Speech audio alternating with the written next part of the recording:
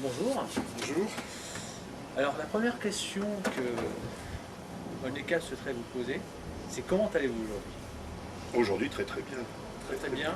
Ouais, Vous avez bien récupéré? Récupérer, je dirais qu'il y a un grand trou après avoir été actif comme ça dans une campagne électorale. Il y a un grand trou. C'est un petit peu comme si on revenait dans notre pays, quoi. Il faut se réadapter à une autre façon de vivre. D'accord. Donc vous êtes un commentateur actif sur différents blogs. On vous voit d'ailleurs sur quasiment tous les blogs ouverts sur la blogosphère olnésienne. Depuis combien de temps enrichissez-vous ou participez-vous à la vie de ces blogs en tant que commentateur? En tant que commentateur, je pense que vous pourriez peut-être me le savoir aussi bien que moi, je crois. Parce que je crois que j'ai commencé à m'intéresser au blog, vous étiez à monolnay.com. C'est exact. Et j'ai pas souvenir de la date exacte, mais je pense que ça correspond à l'arrivée de la mandature de Gérard Ségura. Donc 2008-2009. Oui, je pense que c'est à peu près. D'accord. À peu près ce moment-là. Donc une question par rapport à cette vie active sur les blogs. Combien de temps passez-vous sur ces blogs à peu près? Pour lire, pour commenter, pour analyser l'actualité locale? Ah là là, je dirais j'y suis un peu trop, comme dirait ma femme. Je pense que j'y suis déjà tous les jours, que je vais consulter les blogs principaux, enfin les 3 blogs principaux, à peu près 3 fois par jour. D'accord. Je vais consulter d'autres blogs au plus occasionnellement. Et après, je réponds, je commente quand j'en ai envie. D'accord. Et est-ce que vous trouvez de l'information que vous ne trouverez pas sur Oxygène, sur Le Parisien ou sur d'autres... Alors là, sur Oxygène, c'est évident. D'accord. Ça, c'est évident. Sur Le Parisien, oui aussi. Enfin, disons qu'il y a pas mal de blogs qui reprennent des articles du Parisien. Mais je pense qu'il y a quand même, c'est quand même les 3 blogs, c'est des blogs qui sont vraiment des blogs locaux et qui ont des informations qui sont vraiment qu'on ne peut pas trouver ailleurs, quoi. Alors, vos blogs préférés, est-ce que vous pourriez les citer? Vous parliez des 3 principaux blogs, Oui. mais... Ah ben ça a un petit peu évolué. Ah, c'est un petit peu Ben, évolué. ça évolue dans la mesure où les blogs évoluent. D'accord. C'est-à-dire que c'est vrai qu'en 2008-2009, le blog qui était, à mon avis, le plus important, c'était monolnay.com.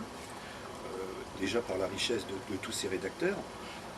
Et par un moment, il y a aussi Aulnay Libre c'est un blog aussi qui représentait quelque chose d'intéressant.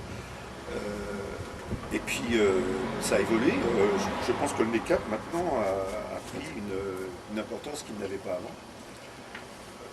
Peut-être parce qu'il y a un rédacteur qui est arrivé. Voilà. Mais bon, je ne vais pas les classer.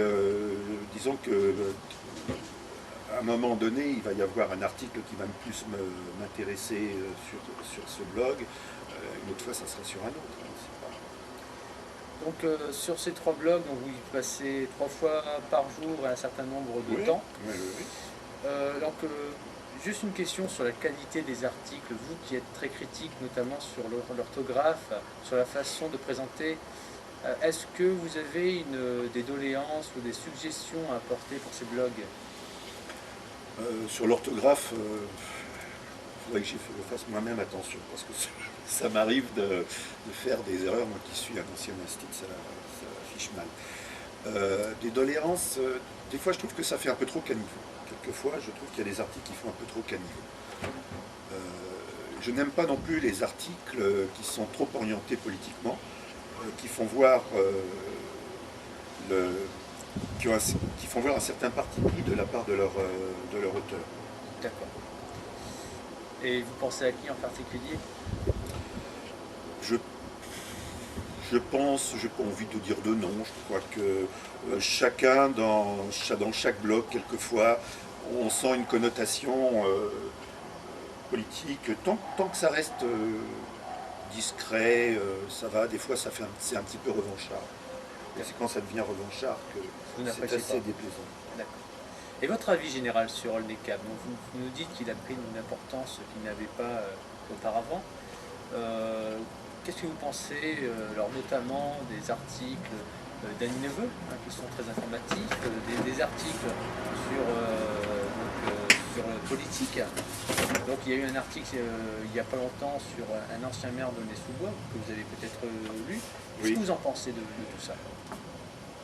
Moi, ça ne me gêne pas, au contraire, j'ai même défendu Annie Neveu récemment, qui avait été attaqué sur un de ses articles. Bon, non, je trouve que bon, elle a sa personnalité et sa particularité. Non, je trouve que j'ai rien à redire sur ces articles. D'accord. Et sur l'article effectué précédemment sur un ancien maire, donc, qui est paru il y a peu de temps d'ailleurs, qu'est-ce que vous en pensez sur la... C'était sur Gérard Sur Gérard Gaudron, tout à oui. fait. Là, celui-là, je l'ai survolé. Survolé. C'est mal tombé, là. Je l'ai survolé. Non, j'ai pas grand-chose à dire. Là, je l'ai survolé, ça tombe mal. Très bien. Alors maintenant que vous avez dit un peu votre parcours de blogueur en participant aux différents commentaires, est-ce que vous pouvez nous dire quand est-ce que vous avez rejoint les Verts? Parce que vous êtes également, en plus d'un participant actif sur les blogs, un militant actif. Ben, j'irais, c'est pas simplement rejoindre les Verts, c'est avoir une action politique. Parce que j'ai été pendant très très longtemps simplement président des associations de parents d'élèves, depuis que mes enfants sont en primaire, collège. Là, je suis encore jusqu'à la fin de l'année. Normalement, ça devrait s'arrêter parce que j'espère que mon fils aura son bac. Je suis président des parents d'élèves du lycée Jean Zay. Donc je n'avais qu'une orientation associative. Et c'est grâce à Gérard Ségura que j'ai commencé à prendre des options plus politiques. Parce que vraiment, je me suis aperçu que, comme beaucoup de personnes de gauche, j'avais voté pour lui et comme j'ai été très très déçu. Je l'ai rencontré, tout ce qu'il m'a dit vraiment m'avait choqué. Je me suis dit qu'il y avait quelque chose qui n'allait pas. Et puis c'est aussi grâce à Alain Médreau, parce que quand en 2010 les Verts ont quitté la majorité, j'ai trouvé ça gonflé, j'ai trouvé ça courageux. D'accord. Et puis j'ai dit non, là il faut les rejoindre, parce qu'il faut vraiment montrer qu'une autre gauche peut exister. Alors, vous étiez policier sur la liste Vivre mieux demain à Aulnay, donc liste menée par Alain Médreau. Vous avez fait un peu plus de 9%, un score honorable hein, par rapport au contexte. Comment vous l'avez vécu cette campagne? Une aventure formidable. Une aventure formidable, une expérience unique. Rencontrer des gens différents, puisque ça allait de personnalités locales, avec des Aulnaysiens qui n'étaient pas du tout engagés politiquement. Je pense même que dans notre liste, il y a des gens qui étaient très propres, qui étaient plutôt centre-droit, avec d'autres personnes qui étaient issues du MoDem, issues de LV, issues du Parti de gauche, du mouvement Ensemble. Et malgré toutes nos différences, arriver ensemble à faire un programme, à s'unir, à trouver des points communs, à faire quelque chose de construit, j'ai trouvé ça très intéressant, une expérience humaine vraiment enrichissante. Est-ce que vous pensez que cette campagne a été bien menée?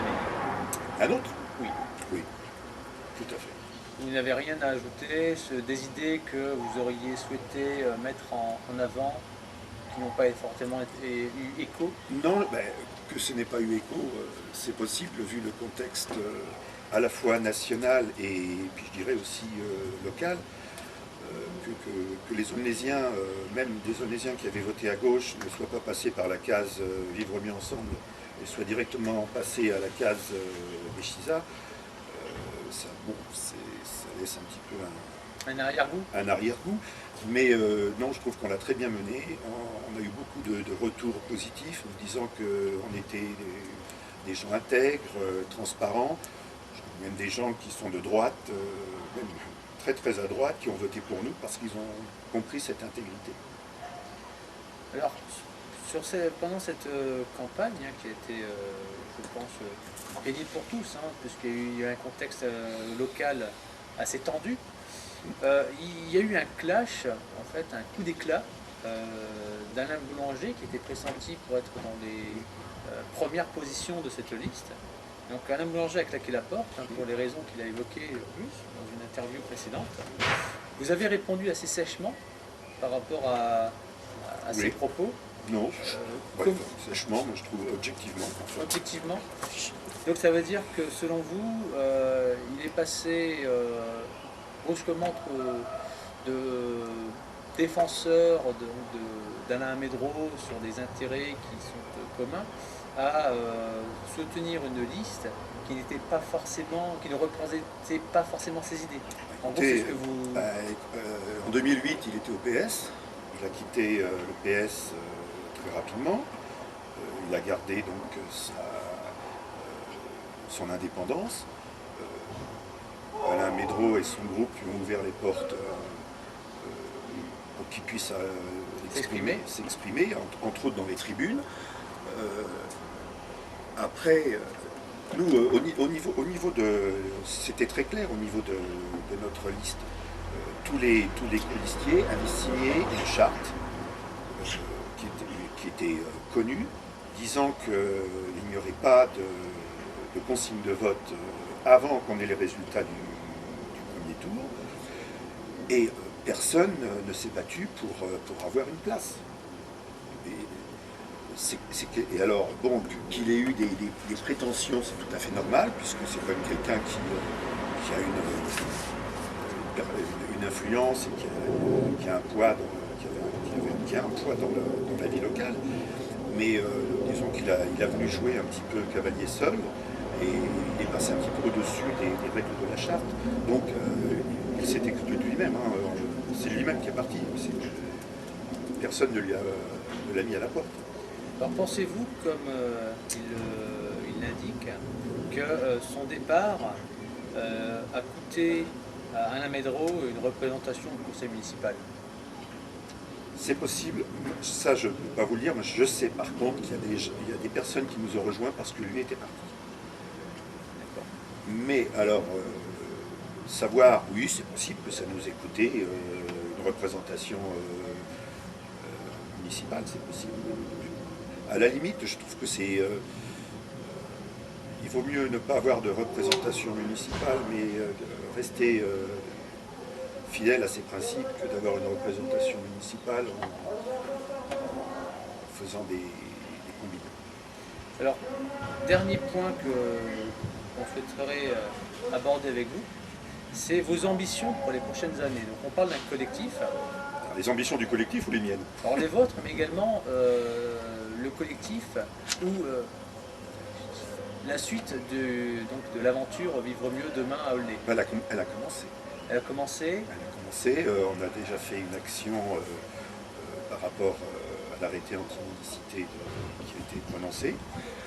On a fait une réunion ouverte pour parler un petit peu du projet pour les élections européennes, du projet des partis de gauche et de LV. On a beaucoup d'idées. On doit se réunir pour mettre sur pied différents modes de vie de notre c'est plus une liste, de notre collectif.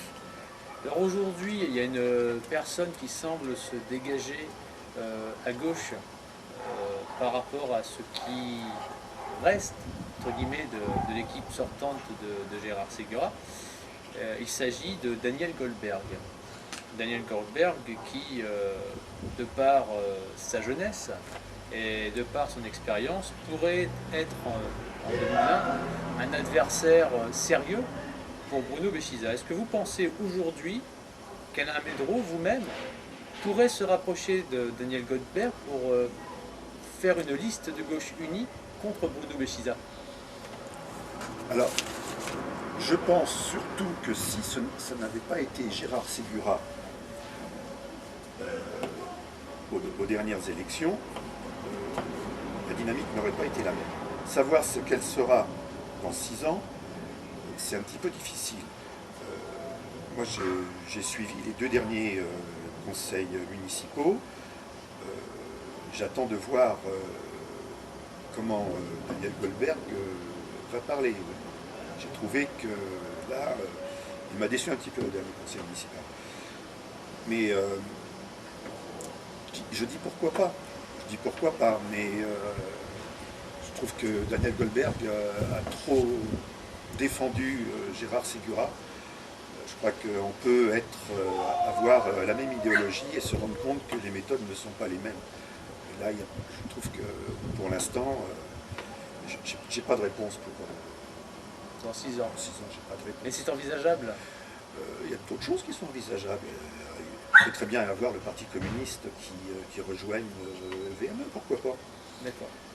Il peut y avoir aussi la dynamique politique en 2020 qui peut la prédire. Alors sur les blogs, si on y revient, par rapport aux actions, aux premières actions de Bruno Béchiza, vous disiez qu'il faut lui laisser du temps pour mettre en place sa politique. Est-ce que vous êtes aujourd'hui, après quelques mois de gestion, satisfait ou inquiet? Je trouve que c'est un très très mauvais démarrage. D'accord. C'est un très très mauvais démarrage. On aurait pu s'en douter un petit peu. Je me rappelle d'un certain tract parlant de la théorie du genre dans les écoles. C'est un tract que j'avais eu du mal à accepter, à avaler, et je pense que même certains de ces militants avaient eu du mal à l'accepter. C'était après l'arrêté anti-mendicité, la nomination d'une place de l'Église par Jean-Paul II. Je trouve que c'est des signes qui s'adressent vraiment à une partie de son électorat et qui ne sont pas des signes de rassemblement. Ça vous choque, vous, le fait qu'il nomme la place de l'Église en Jean-Paul II? Oui, ça me choque à 2 niveaux. Ça me choque en tant que laïc, et ça me choque par rapport au personnage de Jean-Paul II, qui n'a jamais, dont les propos n'ont jamais été très clairs, ne pas parler de l'usage du préservatif, de dire que c'est l'abstinence ou c'est la fidélité dans des populations sud-américaines qui sont dans une misère sociale, qui fait une misère sexuelle. Je trouve que j'ai pas envie qu'une place, qu'un parvis ait son nom. À la limite, j'aurais préféré Abbé Pierre, par exemple. D'accord. Et donc, il y a eu quelques propos assez méchants à votre rencontre sur les blogs, notamment par rapport à votre position vis-à-vis de l'arrêté anti-mendicité. Aujourd'hui, Oui. si on vous demande... Oui, j'ai été traité de grand bourgeois. De grand bourgeois. Oui. Mais si aujourd'hui on vous demande, M. Kerkides, pour vous qui exprimez une certaine sympathie pour les personnes qui vivent dans ces camps, d'une manière, on a fait un reportage d'ailleurs à l'intérieur d'un des camps, c'est quand même des conditions terribles. Si on vous demandait demain d'accueillir une famille rom chez vous, est-ce que vous l'accepteriez? Alors ça, combien de fois on m'a posé cette question? Combien de fois on m'a dit ça? Je ne pense pas qu'on puisse régler un problème social par un problème par une action individuelle. Ce que je dis aux personnes qui me disent ça, est-ce que vous acceptez de prendre les mal logés? Est-ce que vous acceptez de prendre les femmes battues? Est-ce que vous acceptez de prendre des gens qui sont dans la misère, les handicapés, qui sont obligés de vivre chez leurs parents parce qu'ils n'ont pas de travail, ils ne peuvent pas subvenir à leurs besoins?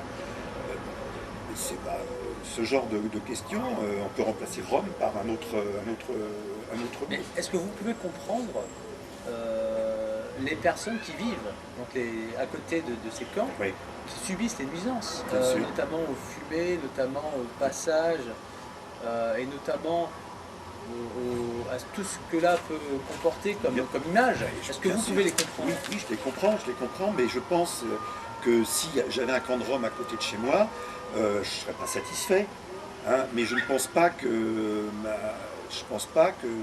ma façon de réagir serait aller plus loin. J'ai pas envie de voir ça. Je pense que je serais peut-être encore plus actif pour trouver une solution humaine à leurs problèmes que de les balancer de campement en campement. Parce que aucun politique ne veut régler ce problème-là, que ce soit au niveau municipal, au niveau régional, au niveau national, au niveau européen. On sait qu'il y a des fonds qui existent au niveau européen, qui ne sont même pas demandés par les instances régionales ou communales. Il y a certains maires qui font des actions et qui permettent une certaine insertion. Mais je pense que le pas sous mes fenêtres, c'est à la limite, ça se comprend au niveau individuel, mais pas au niveau collectif. Alors, le mot de la fin, est-ce que vous avez un message à faire passer aux lecteurs d'Aulnay-Cap, vous qui contribuez activement à la vie de ce site? Message aux lecteurs particulier, un message qu'ils soient nombreux à commenter, qu'ils n'hésitent pas, à exprimer. Moi, je trouve que c'est un espace d'échange d'idées. Moi, ce que j'aime bien, que